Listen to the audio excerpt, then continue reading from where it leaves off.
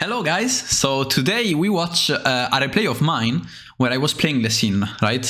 And this is just a replay for people in general, people that play jungle most likely, to understand a bit what will be your thought process. We are playing in Emerald currently, and we are just gonna clarify a bit of things, you know, just a bit of interesting things that maybe they could help you out on your games. This is mostly for people towards, you know, a low elo, but it could help out other people as well.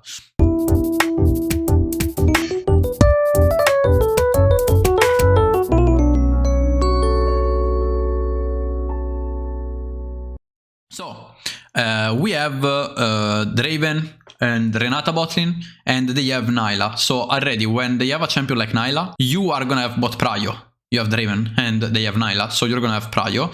And what you will love as a jungler is pathing towards the lane that you have Prio with. So since I know Draven has Prio, I will start top lane, okay? This is the main process here. Don't mind the fact that I was bot lane, it's because I wasn't watching. So I wanna start here, and when I start here, the most important thing that I wanna know about is having a ward here, right, in this position, because I can understand where the enemy jungler is and where he wants to start, okay? I'm not gonna go there. I should have done it, like earlier in the game. S5, we should have gone there and put it, okay, because they have no stack potential or whatever, so it's pretty easy to just go there and put a ward. But my friend, which is Draven, will put it, no? I just asked him, you know, for technical reasons, because I wasn't ready. And we put this ward here. This ward helps us to understand where the Graves is going, you know, where is Graves going with his pathing, okay? So my main idea here is to go for a free camp. I could do wall camps, so 6 camps. I decided not to do it, you know, because I felt like it wasn't worth, you know. So I just decided, let's go free camps, because maybe we could have a bounce on bot, so many other things, but full clear was good as well, right? It depends. I just wanted to have more possibility of, for example, doing an invade, because when you do a free camp, you have more free time to do an invade. This is usually really good if you know that Graves started topside. And when I see that, you know, Raptors are not, you know, taken, and we took red, you know, I don't know if he took red or not, but he is not passing through here, there are 2 options. He is doing full clear, so red, Krugs, and the Raptors, but still, you know, he is not at Raptors, or he is starting blue, right? So when I'm doing this blue and gromp, I just need to check if birds are going out. If birds are still up, it means this guy is doing blue and gromp, right? So with this information and bot side prio, I can invade. That's what I'm gonna do, right? All of this because I have this information, because if I don't have it, I can't go free camps and then invade, because I would never know if Graves started bot or not. So yeah, this happens. I decide to take free camps and then invade, which was my top process, because again, we knew the fact that he was at Raptors, and now we would have gone for the red, no? Now we have Prio almost on every lane aside from mid, and that's pretty unlucky, but I still go for the invade because it's really good. I have the priority on my lane, and I do some cheesy fights. Don't mind how I play, because I played really like shit, but it's just an information video, most likely. And Nyla comes first, Cannon comes first, that's really good. I make some kind of team fight, you know, we're still playing in Emerald, there are some flashes, stuff happening, you know, a team fight. And eventually this goes on our side. It could be flip, it could be bad, it could be good. This depends on your team, but I felt pretty confident that I should have played this fight, because most likely those guys, if they make a fight and, for example, Vel'Koz dies, they will lose the wave. So this is the advantage of doing that. As you can see, this wall wave, if Nyla or Vel'Koz die, it's gonna be really worth, rather than the enemy jungler. Yeah, of course, if I steal red, it's always better, but we don't really mind here. My main objective here is to make Draven go ahead, most likely. And in fact, Draven got a kill, which is really, really nice. So from there on, we can't really do much, okay? We are just gonna farm a bit, because we have a really huge disadvantage on Graves. It's of course normal, you know? It's really normal, like, wasn't farming, he was, so it happens. And here I just helped Graves, not Graves, sorry, Gunplank to push the wave. This because he needed to crush it, and Graves could be here. So I just decided I make him crash, he can reset, or he can at least have a wave bouncing towards him. That's simply the reason, you know, I think that GP can play a good lane even if he doesn't have it. Like, even if he's losing the lane, he's gonna come back in later in the game and he will be really useful either way, like fed or not fed. That's why I decided to weak side him, right? So only helping him with the waves, it's okay. Everything else, it's whatever. Main point, like the main key point in this game is don't play around topside, like don't play around this side of the map. Because if you play around this part, you know, the topside part of the map, you are most likely gonna die or make mistakes, okay? So I just help to push mid, because by securing the push mid, I can just go for Drake, no, push bot, push mid, go for Drake. Kennen helps me out as well. And this is our first Drake, so really nice. From now, I made so many mistakes in this replay again, I swear, but that's completely fine, you know? I get Gromp as well, and then I go for a lane gank. So my thought process here is, I know Graves went for top camps, now he's gonna path towards bot lane. I did Drake, but there's no Herald. So the only thing that he can do is possibly killing Gangplank, which is you know, he has a bouncing wave towards the enemy tower. But in the end, I can't really match. Like, I can't go 2 versus 2, I would lose. So my best idea here is to match and pray for a 3 versus 3 where Graves wants to play the fight. I know Draven pushes a lot, that's what I'm using. I know Draven is pushing a lot, and I know it will catch a lot of attention. That's exactly what happened. I catch this fight, get, I believe, 1 kill, Draven gets 1, but then they have the mid priority of the Diana, which concludes with a kill, okay? As you can see, boom, triple, double, and then he goes for the triple kill. I believe, yeah, he went for a triple kill. So, the most important thing here is look at what Kennen did. That's the most important thing. If you are Kennen here, you don't want to follow. You're too late. Like, you are Kennen, you don't want to follow.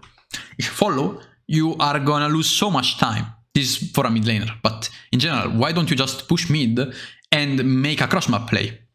As you can all see, GP died, so if, you know, the Kennen catches the mid wave and then goes towards top and he will get a double wave and then GP can come back to catch the mid. That's the main goal here. If GP doesn't die, Kennen can still go top lane and shadow on the opposite side to make sure that Jax can't actually go in. That's the most important thing again. But Kennen going bot lane will be too late and he will not be able to do anything. So he will lose the wall wave and he's not able to catch the topside wave. This is the main point. So as you can see, Kennen comes bot lane, goes for a kill, but in the end, it's nothing insane again, because mid lane is not pushed and now he's on a really bad position. He's on a bad position, as you can see. And yeah, he survives, of course, and all of that. But we needed Draven to go mid lane. Like, it's not a bad idea. Simply, there are better options, and I think playing something that is more realistic has more sense, you know? So pushing mid, rotating top lane, always more value than rotating bot late to the fight. If they have the upper end and they are faster, just push your wave and then do something at least. That's the main mistake here. Push mid and then do something. Okay, so I go for my jungle, pretty normal stuff. And then there's Graves top lane. I just need the information. And here I can't. There's no way that a jungler goes for Herald here. I have no prior top and my top laner is 0-2. And enemy Diana is 3-0. So I can't go for this Herald. It should be Graves, you know, it should be off Graves. But he doesn't even do that, I don't know why. I can't go there though. So the most important thing here is I don't go there, you know? That's the main point of focus. If you don't go there and you don't start Herald, you're never gonna make a mistake at least. If they invade on bot, it's another story. Here on my side, right? But as long as I don't make a mistake like that, it's completely fine. I push my jungle, I get my scuttle, I look for a mid gank, and I believe we kill him. Yeah, we kill him. I catch another camp. It was literally in between. I catch mid wave as well because mid laner died. And this is really important, okay? Keep your eyes on this because it's really, really important. So I wanted to reset here. If you saw it earlier, it was here. I wanted to reset, but I stopped it right away. This is because I've seen Kennen TP, okay? And my bot lane didn't reset yet. So as I see this, I know that Kennen has an advantage over mid lane. So he can push mid and then rotate with me and kill bot lane. That's why I didn't reset, even if I have a lot of gold. So as soon as I see the TP, I know, I ping, and I'm gonna dive. I don't care, you know? I go for that. And that's a huge dive, as you can see. Really, really huge dive, get a shutdown, get the, you know, get plates, and they can't do anything about it because they had no time, no technical time to do it. Now they are gonna trade the Drake for Herald. We have 2 Drakes already, so this is a pretty good point for us. The only thing is GP has to not die, right? And it's all up to him. If he dies, of course, it's not our fault. And this guy's completely dumb. If you are GP, you just want to go under tower, you know all of the enemy team is here. And it's pretty obvious. I get the Drake. This is pretty good. We reset. And yeah, I defend mid and nothing insane for now. But the game gets tough, you know, like the game gets really hard because GP got caught so many times and we don't have a really strong lane currently. So I am okay, but you know, Graves is hyper farming and I'm not that strong. I'm invading some camps, nothing insane yet. Nothing to watch, the TP of the enemy, so I just want to disengage here, we don't want to force. We have an advantage on top lane, so I want to play on top, and then here I make a huge mistake where I, you know, just miss flash and I die. It happens, that's okay, no problem. We just keep going, you know, that's not our main focus, my mechanics, because in this game, I picked this game because I played like shit. And it's really nice, because again, you can win a game even if you're playing really bad. That's my main goal for you to understand. I'm just going for my free camp spot. Again, normal, nothing insane. We do our free camp stop, and I'm just searching up for a fight because there's Drake in a few, I believe. Yeah, 30 seconds, I wanted to search a fight. But in the end, a few here and there, the fight goes on a negative side by us. So now we need to find another way. We can't go for Drake here. My team has to reset, and the first thing that will come to your mind is to make a cross-map play. Here, we have to go for top lane, so I push this wave, I push it in, always push in the wave. If your team doesn't do it, you do it, and go for a top lane side play. That's what we're gonna do. I know all of the enemy team is here, I can contest, I'm gonna make a play on the other side of the map if I have a tower. And that's exactly what I do. I wait for the Jax, Jax shows up, and we kill him. Huge. That's really huge, we managed to kill him. And we get the tower. Already here we covered up a lot of gold. The third Drake, it's whatever, like even if I lost it, nothing changes. And we found a lot of gold on the cannon, which is really nice. Diana here makes a mistake, she dies, but eventually we die as well. So we get the shutdown, but we are gonna all die. That's fine as well though, like they lost so much time on that. And yeah, we're gonna lose Herald. It's completely fine. We are on a bad position, so it was fine to make such a play. They read it really well. We can't really do much about it. As you can see, what I want to point out is the items of GP. GP almost has 2 items, and he is 0-5. Basically, he's the same as Jax. So that's the main important thing that you need to know. Even if your GP is playing really, really badly, he's gonna have 2 items no matter what. Again, I'm playing for the cannon, get a kill on the cannon, and now I want to hit that bot side tower, right? Like I would want him to hit the bot side tower, but he goes to fight mid. That's really bad, no? After this hit, he wants to go catch this one and take bot side tower. I don't know why he goes there without ult. And we manage, I believe, to win it either way, because I kick and he dies, but still. It's not the main play. The main play will be to catch bot, because it was really free after the kill that we did. I invade. It's a bit of a bad invade, so we have to be really careful, but Graves is dead, so in the end, that's fine to do. And the reset here is completely fine. So the reset here is most likely done for the Drake, no? I reset in time for the Drake, I want to fight the third Drake, I don't mind. And I have second item now. I look for a kick, and that's the best play that I've done in this game. Pretty much, you know, everything else is a bit trash. Since it's an Emerald game, I would have played really, you know, I could have played really better. But the best play was this one, where we catch Velcods before the fight, before the Drake fight. So now, in a 4 versus 5, we should win this one. Not only that, but Graves is really late and he's going for an Herald. So they make a cross-map play. They are making cross-map play, we are going Drake. Half of my team resets for defend, you know, to defend. And I don't really care, I just go for the fight where I know I can win. And for the Drake. Apologize. We catch the Drake, we don't want to fight here. They have resets, they have a lot of stuff, and we have GP on base. We want to chill, so we just back. A fight after Drake doesn't make sense, right? I die for stupid reasons, it doesn't matter. That's just it, you know? So many bad deaths in this game. And nothing, we keep on going. At minute around 25, okay, 23, 25, buying a stopwatch is always useful. It could change your game completely. That's just a normal thing, you know? Like, stopwatch is really high value. Especially in high elo. This rule doesn't apply for low elo. Like, I will never buy a stopwatch in silver, but I would always buy it around emerald, diamond, master. The higher you go, the more the stopwatches have value. And that's because when you fight, people can achieve more and they can play the fight better with your stopwatch. In Silver, they don't understand it, so it's not the same thing. Here I make a bit of plays, I managed to get 2 kills. 2 kills. I can't really go for the Velcods, it doesn't really matter in the end. 2 good shutdowns, and then I die. It's whatever, we win the fight somehow. I tried to fight, to put vision rather than anything else. Like you want to put vision on the Nashor. But I couldn't, so by trying I died. Catching wolves wasn't bad. My Draven dies, sadly. I tried to go in, and I don't know, season 13 happens. We managed to win. And by winning this fight, it's pretty much a free Nash. After Nash, you want to reset fast. There is no objective yet. There's Drake in 30, so you want a fast reset. If there was Drake up, it depends, but most of the times you want to reset here, because all my team had a lot of gold. We prepare for Drake, just goes for a side lane kill, so now we're on a 4 versus 5. So this Drake is gonna be really hard to fight. It's not that I didn't think about it, but my main goal was to like try to get the Drake, and that's because Graves died.